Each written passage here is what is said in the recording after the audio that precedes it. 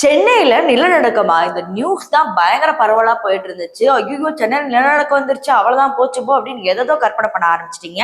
ஆனா நிஜமாவே என்ன நடந்திருக்குன்னா, மெட்ரோ பணிக்காக கொஞ்சம் ட்ரில் எல்லாம் போட்டிருக்காங்க. அது கொஞ்சம் உள்ள போய் ஒர்க் பண்ணனால அந்த அதிர்வுகள் மூலமா சேர் எல்லாம் ஆடி இருக்கு ஆபீஸ்ல. சோ அவங்க என்ன தப்பா நினைச்சிட்டாங்கன்னா, நிஜமாவே நிலநடுக்கம் வந்துருச்சுன்னு சொல்லி கிட்டத்தட்ட ஆபீஸ்ல இருந்த ஊழியர்கள் எல்லாருமே கீழே ஓடி வந்தாங்க.